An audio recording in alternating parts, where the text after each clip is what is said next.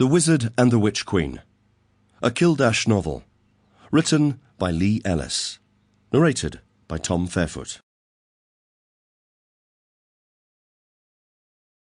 Chapter 1. "Bury her deep, boy," said Nolby.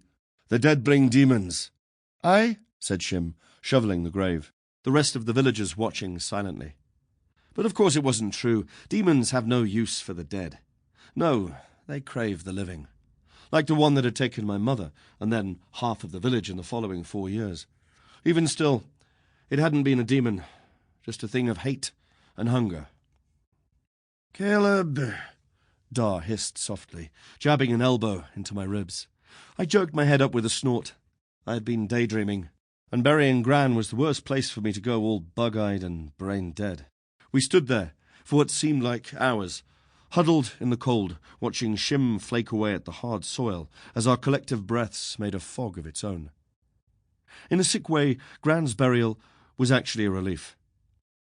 Everyone we had buried for the last 4 years had been taken too early, and without notice, often shredded piece by piece in front of their loved ones. We were accustomed to burying a sack of limbs, or sometimes nothing at all. So burying a nice old woman that had said her goodbyes and had been wishing to reunite with her dead husband for the last 10 years was no heartbreaker. Just having an intact body to put in the ground was nice for a change. Furthermore, we shared a secret relief in not having to care for old Gran any longer. "That's enough, Shim," said Nolby. His voice was soft, but in the cold quiet it shook the silence like a distant thunder. The boy of 16, Shim, turned to step out of the fresh grave, his face going pale when he saw he had dug himself down to his chest. After tossing up his shovel, the chubby lad clawed at the grass and blew out like a snoring dog as he fought to climb free.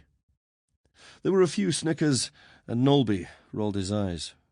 After Shim was free and heaved himself to his feet, Nolby planted a boot in the boy's rear. "What did I tell ye?" he grumbled. Shim met his brother Tad, his cousin Orson, and their friend Peter by Gran's body, now snugly sewn into a cloth sack, so that she lay there as an ambiguous humanoid lump. Ropes had been woven into each end, and the 4 boys carried Gran to her final resting place, making great effort to slowly lower the ancient woman into her grave. "Father Sky and Mother Land," Nolby recited to the ashen clouds. "Sister Sea and Brother Span, we thank ye for the when and the where, and we return our ladder mild grove to..." Sample complete. Ready to continue?